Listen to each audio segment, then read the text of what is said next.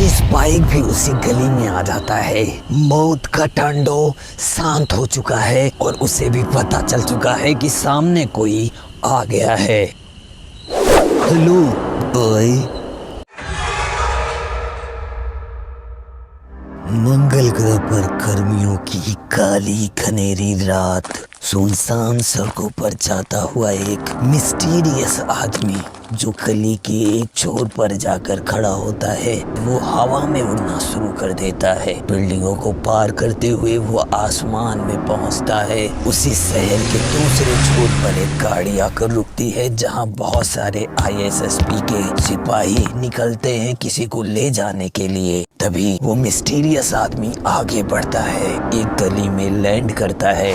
अंदर से ISSP के डायरेक्टर दिखाई देते हैं और वो आदमी चलता हुआ उन लोगों के पास पहुंच रहा है और वो बंदूकें निकाल कर कॉक करते हैं।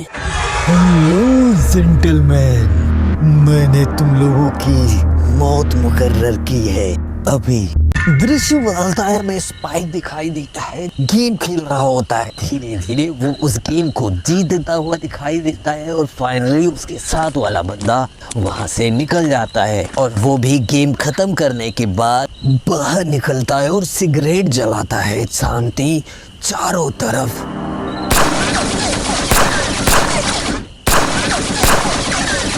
गलती से स्पाइक भी उसी गली में आ जाता है। मौत का तांडव शांत हो चुका है और उसे भी पता चल चुका है कि सामने कोई आ गया है। Hello boy.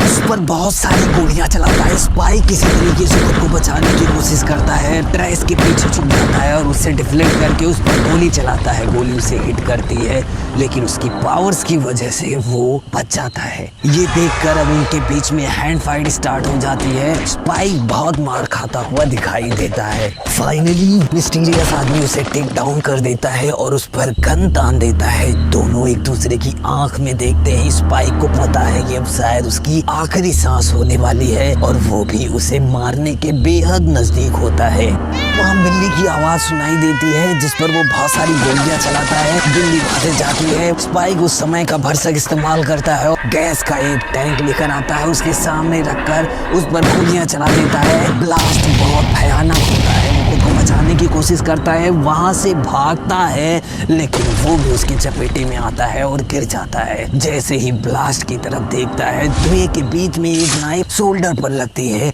और सामने वही मिस्टीरियस आदमी। वो अपनी जैकेट ओपन करता है, वहाँ बहुत सारे हथियार और उनमें से स्पेसिफिक हथियार को चुनता है। स्पाइक अपनी गन उठाकर ऊपर फायर करते हुए भागता है लेकिन वो जबरदस्त शॉट देता है। जबरदस्त ब्लास्ट के साथ स्पाइक पानी के अंदर चला जाता है। वो आदमी उड़ता हुआ आगे आता है, देखता है स्पाइक का वहाँ कोई नामो निशान नहीं। उसे लगता है वो मर गया। पुलिस के सायरन के साथ दृश्य बदलता है। सुबह का समय, चाल पाल भरा मार्केट। तुम्हारे पार्टनर का लक बहुत खराब है जेट। ऐसी जगह पर किसी का भी लक खराब हो सकता है। हाँ, लेकिन ये उससे भी बुरा है। मैं तो कहूँगा तुम उससे दूर ही रहो। मुझे बताओ आखिर बात क्या है। मैं तुम्हारे अच्छे के लिए कह रहा हूँ, तुम इन सारी चीजों से दूर रहो, नहीं तो तुम्हारी जिंदगी नरक से बदतर हो जाएगी। तुम जानते हो बॉब, तुम्हारे अलावा मेरा यहाँ कोई मदद नहीं कर सकता। इसके बाद मैं तुम्हें कभी परेशान नहीं करूँगा। ये सब पहले भी सुन चुका हूँ। हर बार यही करते हो जेट, समस्याएं पैदा करते हो फिर मेरे पास आते हो। ठीक है, एक अफवाह है। तुमने कभी नाम सुना है नाइट ब्यूरो? हाँ। दृश्य बदलता है में बेबाक फिर से दिखाई देता है। वहाँ पर लोग आराम कर रहे हैं। स्पाइक बैंडेज में लिपटा हुआ संतरा लेने की कोशिश करता है। अफवाहें सही है। सिर पर एक मम्मी आ गई, किसी पागल के हाथों पिट कर यहाँ लेटे हो। तुम्हें इस हालत में मैंने पहले भी देखा है। कभी भी तुम खुद को इम्प्रूव करने की कोशिश नहीं करते। मैं भी इसमें कुछ नहीं कर सकती। क्या कर सकते हो? तुम बहुत बेकार आदमी होते कि पूछो कभी सीधी नहीं हो सकती। इसका मतलब मैं कुछ नहीं कर सकती। ठीक है, अपना ध्यान रखना। जिसे मारा गया है वो ISSP का डायरेक्टर है। 7वां आदमी जो मारा गया। क्या? मैं सरप्राइज नहीं हूँ कि तुम्हें इसके बारे में कोई जानकारी नहीं। ऊपरी रैंक पर बैठे हुए इन सारी चीज़ों को दुनिया से छुपाना चाहते हैं। इसके पीछे का कारण तो मुझे नहीं पता, लेकिन हाँ कुछ तो है जिसे वो सामने नहीं लाना चाहते। ऐसा क्यों? तुम्हारा पार्टनर बड़ी खतरे में है।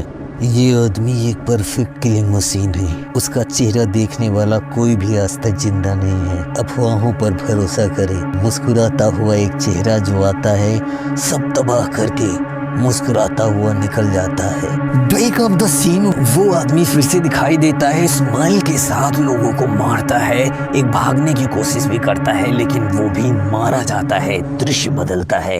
इनके कंप्यूटर पर एक सीक्रेट मैसेज आता है जिसे कुत्ता देखता है और वो उसे ढूंढने जाता है। वो मिल जाती है, उसे बताने की कोशिश करता है और वो देखती है तो वहाँ एक इनविटेशन होता है जो सीक्रेट इनविटेशन फ्रॉम प्लेनेट मंगल, जिसे वो लेकर आगे निकलती है और लोगों को दिखाने की कोशिश करती है। तभी वो फे का गलत नाम लेती है, फिर टॉयलेट में बैठी होती है और वो बाहर निकलती है और उससे पहले अपना नाम सही करने के लिए कहती है और वो उसे मैसेज दिखाती है। जैसे ही वो मैसेज पढ़ती है उसे पता चल जाता है ये मैसेज उसी कातिल का है जिसने स्पाइक की हालत खराब की है। वो उसे सीक्रेट रखना चाहती है लेकिन तभी स्पाइक आ जाता है। स्पेसलैंड, यहाँ तो पार्टियाँ अच्छी होती होंगी, मुझे वहाँ जाना चाहिए। ऐसे तुम वहाँ जाना चाहते हो? खुदकुशी करने के लिए वो अच्छी जगह है। हो सकता है मैं वहाँ जाऊँ और वापस कभी लौट कर ना आऊँ। हाँ? मजाक कर रहा था। अगर ये सही हुआ तो क्या तुम मुझे बचाने आओगी? बदमाश।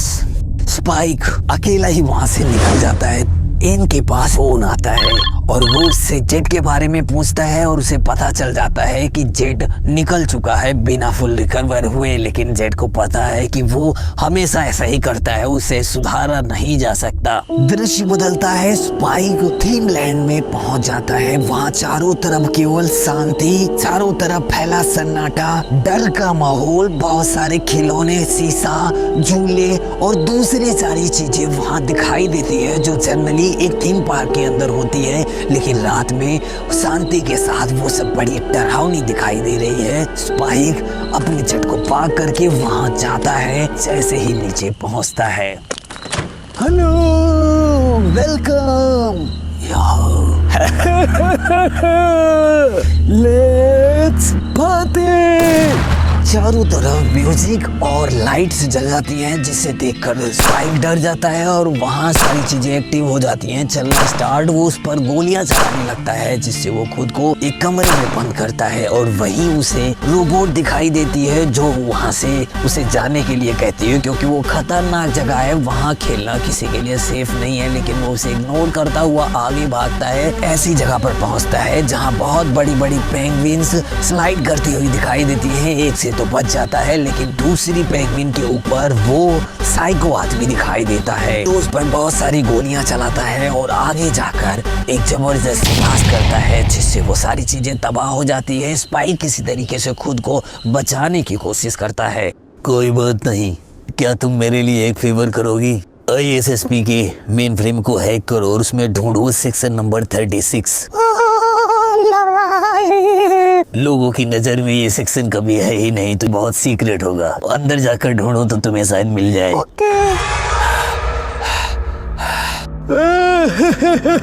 वो आदमी उसे बहुत ज्यादा ट्रैप करने की कोशिश करता है। अलग अलग जगह पर वो कुछ एक्सपीरियंस शो करता है लेकिन हर जगह उसे खून दिखाई देते हैं। स्पाइक ऊपर गोलियां चलाता है और किसी तरीके से वो बचता हुआ दिखाई देता है। यहाँ विभाग पर एडवर्ड मेन फ्रेम के अंदर घुस जाता है और उस सेक्शन भी मिल जाता है और उस सेक्शन में वो ढूंढने की कोशिश करता है। बहुत सारे पासवर्ड ट्राई करता है लेकिन वो उसे डिनाई कर लेता है। फाइनली कामयाब हो जाता है। जैसे ही वो खुलता है वहाँ एक एक्सपेरिमेंट के बहुत सारे वीडियोस दिखाई देते हैं जहाँ एक आदमी पर एक्सपेरिमेंट चल रहा है, उसके साथ बहुत बुरा सलूक किया जाता है, उसके DNA में छेड़छाड़ करने की कोशिश की जा रही है। अलग अलग तरीके के एक्सपेरिमेंट से उसे पावरफुल इंसान बनाने की कोशिश कर रहे होते हैं। वो आदमी दर्द और कष्ट की पराकाष्ठा को भी पार कर जाता है। लेकिन तभी ISSP का डायरेक्ट ऑर्डर है। हम जिस एक्सपेरिमेंट पर काम कर रहे थे आपातकालीन समय तक के लिए बंद कर दिया गया है तो स्पेसिमेन को सुरक्षित तरीके से क्वारंटीन कर दिया जाए।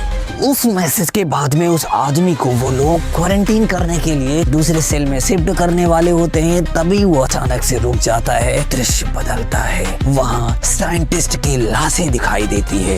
यह स्पाइक के साथ वो लुका छुपी खेलता है, उस पर बहुत सारे अटैक्स प्लान करता है और उसे मारने की भरसक कोशिश कर रहा है। स्पाइक उनसे खुद को किसी तरीके से बचा रहा है। बहुत ज्यादा समस्या और दर्द में दिखाई देता है क्योंकि वो खुद को बहुत छोटा महसूस कर रहा होता है। उसके पास वेपन्स, पावर्स, बहुत सारी चीजें होती है, लेकिन स्पाइक के पास केवल एक वेपन जिसको वो सही से एम भी नहीं कर पा रहा होता है। शुरुआत में वो वहाँ से निकल तो गया, उन लोगों को मारा भी बदला लेने के लिए, लेकिन समय के साथ उसे इसमें मजा आने लगा। एक ऐसा बच्चा जिसके पास में सुपर पावर है, बच्चे से खतरनाक कुछ भी नहीं हो सकता। स्पाइक पानी से निकलता हुआ दिखाई देता है और जैसे ही वो बाहर निकलता है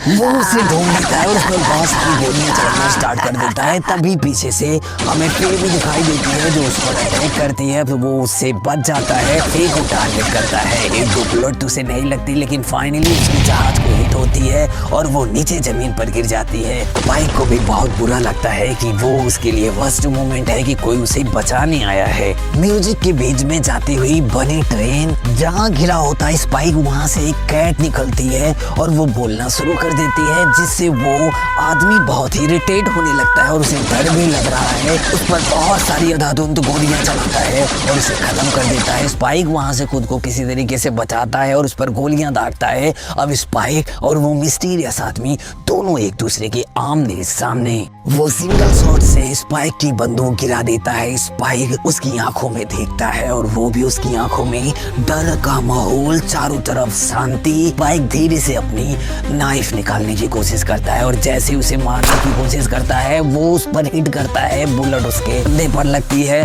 नाइफ उसके पैर में लग जाती है।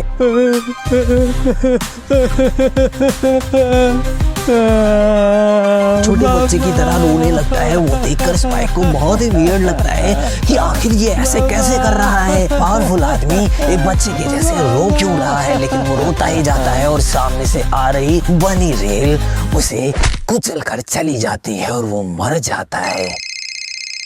हेलो स्पाइक, ध्यान से सुनो, हमें पता चल गया वो क्या है। मुझे उसकी जरूरत नहीं। इसी के साथ आज का एपिसोड होता है खत्म। मिलते हैं एक नए एपिसोड के साथ कल, तब तक हमारे साथ बने रहिए। तब तक के लिए सी यू, बाय, टाटा।